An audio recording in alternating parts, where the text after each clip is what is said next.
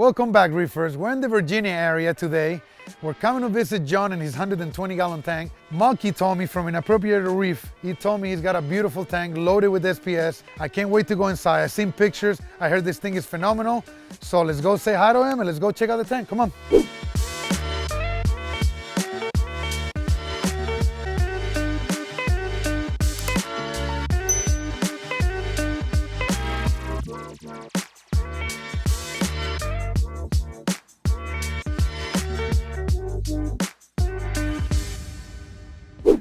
John, thank you for having us over, man. Nice to meet you, man. What a surprise, man. They told me, so I just came from an appropriate reefer, Monkey's house, and he told me you have a beautiful tank, and I didn't expect something this overgrown. It's a different style of what I'm used to seeing reefing. First thing I'm gonna point out, kudos to you for making a tank look so amazing, and there are not really super extreme rare corals in here. There's no crazy bounce mushrooms or rainbow this or the latest and greatest grafted coral. It looks incredible, man. I'm serious. It's just, I mean, the only thing we got to see right here is this frog spawn right here. I mean, you started with how many heads? Just one single head. One single head. How long ago? 6 years ago. That was one of the first corals that I got. Yeah? And I've gotten rid of a ton of it too. So it just, you know, I have this whole little carpet of frog spawn that I kind of like though. It looks amazing, man. So let me bombard you with a bunch of questions. How long you been in the hobby? About 6 years now. 6 years. And how long has this tank been set up? 6 years. This years. This is my first reef tank. Wow, man. Let me tell you something. For 6 years, a lot of hobbies been doing it for a lot longer and they don't reach this level. So whatever you've been doing, whatever your style is, you're doing something right. So usually I start with equipment and I'm always keeping it fresh. I'm going to start this time around with, tell me, what is the maintenance on a tank like this consist of? So I try to do a lot of water changes. I used to do weekly, pretty set schedule. So weekly, but, every 10 we're days? to like 2 to 3 weeks now. But yeah, water changes are definitely a key. So twice a month? Tank. Oh yeah, for sure. Okay, and what kind of water are you using? I use reef crystals. Reef crystals, okay. And can you tell me dosing? How do you dose this tank? It's just the BRS 2-part with the Tropic Marine A and K trace. Okay. With the part C. Okay. So the hybrid balling method. So basically calcium, alkalinity, magnesium. Yep. I shoot for alk of 8, calcium 420, anywhere in the 400s is really fine. Mag 1350. 1350. My nutrients are a little high. You know, they're 0.3 for phosphates, 10 nitrates, but it's been like that for so long. 0.03 or 0.3 on the 0.3. 0.3. You have no issues, huh? No issues. It's been like that. It's been higher actually for for a long time. What do you use to test it? Hannah checker. Hannah checker. Yeah, actually, I have the Hannah phosphorus checker, and then I actually got the phosphate checker just to be sure, and they're right in step with each other. Wow, your corals got a lot of growth tip and they look pretty healthy. I'm pretty impressed on how the phosphates are not actually affecting your coloration or even some receding in some of the corals. Yeah, it's just the consistency. They're used to it. Yeah, the tank is very consistent by now. You don't change anything, I can tell. No. And can you tell me a little bit about what do you feed the tank? Mostly frozen. I also have an auto feeder that does pellets. In the fish food, actually, well, I do use the Celcon. Okay. And the Vitachem. Okay. Occasionally. So you boost it up a little bit. Yeah, some vitamins for the fish. I have a pair of Borbonius anthias. Oh, you do? They are also in the back, mostly because the long nose hates. He's a little bully, huh? Hates those guys. He's okay with most of the other fish, but he hates those anthias. What are we missing? What kind of wrasse do you have back there? I got the blue star leopard wrasse. Okay, leopard wrasse. And do you feed algae to this tank? Yeah, I do feed nori occasionally. Occasionally? How often will you say? When I remember. Yeah, a couple times a week, maybe. Okay, let's talk a little bit about your corals in here, man. This frog spawn's been around for so long. It's one of my favorites. It's one strain that has been known for just growing, and it gets the tentacles longer. I like that specific one. And just seeing here, how many heads you think you got there? Oh, if you have to take a guess, it's got to be 80 heads, 100 heads. Oh, over 100, I'm sure. Over 100 heads in there, right? Yeah. And you started with one. That's just so nice to see, right? It's just having the ability of growing these corals. Oh yeah.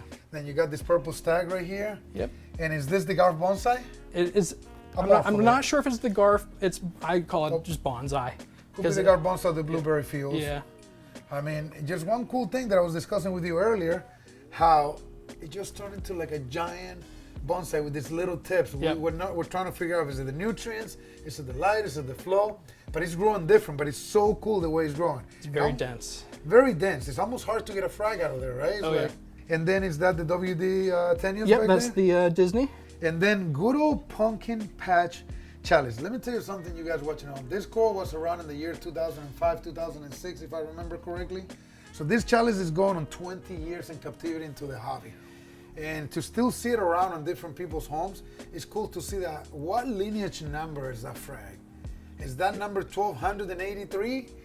It's you know what I'm a saying? good grower. It's so long. It's so, because when these corals get passed around, it's a good thing because it's just become more resilient to the aquarium hobby, to the synthetic salt and all these different things that we do compared to the environment in the ocean, you know? Definitely.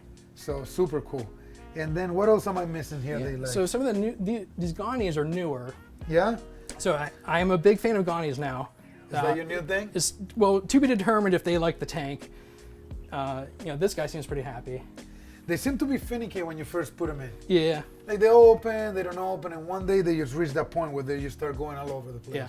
So we'll see how these do and hopefully add some more. You got a room. What are you going to do if you get in love with more gonioporas? Okay, we'll figure it out. We'll figure out, maybe get rid of half of the frogspawns or something. Yeah. I mean, I was telling him this burn is here. How do you even stop that thing from growing? I mean, you don't. What do you do with fractals? It grows faster than you can even get rid of frags. Yeah, fish store. Fish store, just he gave me a few dollars for or something. What about this beautiful clam? How long have you had it? I've had him probably about 5.5 years. He's been here pretty much since the beginning. He started small? He started a little tiny baby. Yeah. And he's still doing great. He's still finding his own little room to grow in there. Yeah. And this is cool to see how this jack-o'-lantern leptoceras is encrusting all over the rock and it's just traveling. Yeah, it's been a pretty slow grower there in that spot, but I love how it's just sort of completely covered. So can we look at your lights real quick? Yeah, definitely. So what do you have for lights? So I'm running the Reef Breeders Photon V2 as the main LED. Okay. I'm also running 4 bulbs of T5s, and then I have the Orphic LED bar here as well. So I can tell you've been reefing for 6 years, because anyone who's been reefing for more than 5 years, they still have that love for those T5s, because obviously T5s became a main thing about 10, 12 years ago, but it became mainstream with us. Everyone uses them about 5, 6 years ago. So I can appreciate the combination of T5 and LED still. Yeah, it just really helps with the fill light, because once things get so dense, there's really no substitute for the T5. Cool. Getting into all those little nooks and crannies. And I see you got an Avast Marine feeder there? Have the auto feeder. That's been great. And how long have you run in the Reef Breeders for? Since the beginning. Over 6 years now. Yeah? How you like it? Yeah, it's done pretty good. And the exact same license since 6 years ago? Exact same one. Wow, really so good, man. It's longevity there. Good to hear. Hopefully I can still get a couple more years.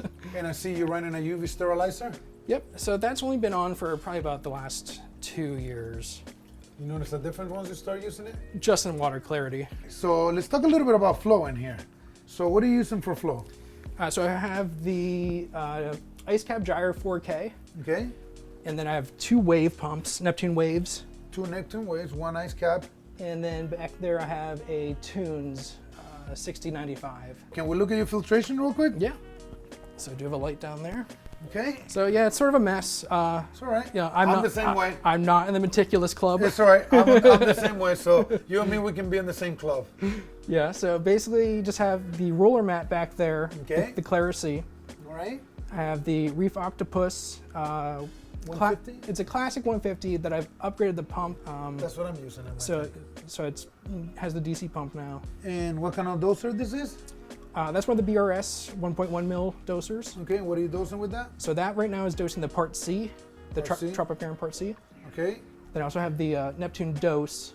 So you have a Neptune controller with a Neptune dose. Yep, so that does alkaline calcium. Then I have another BRS doser that does the DIY NOPOX. What's the size of the tank? 120 gallon. 120 gallon. And what the dimension I'm assuming is 4 by 2 by 2? Yep, standard 120. Standard 120.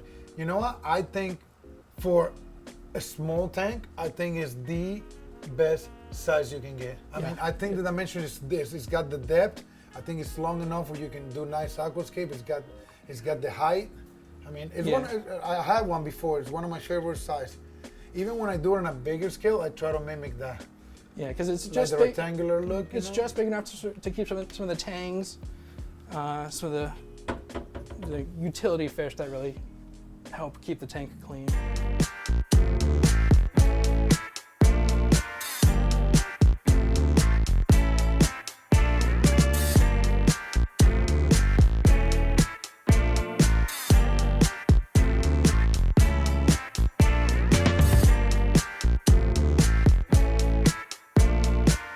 Well, John, I think that covered it all. Your tank looks phenomenal. It's one of the best ones I've seen in a while.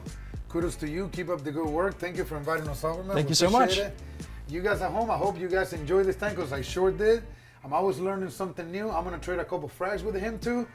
In the meantime, please subscribe to our channel. Helps us a lot, guys. Give us a like. Post some comments below. We'll see you guys on the next episode. See you guys.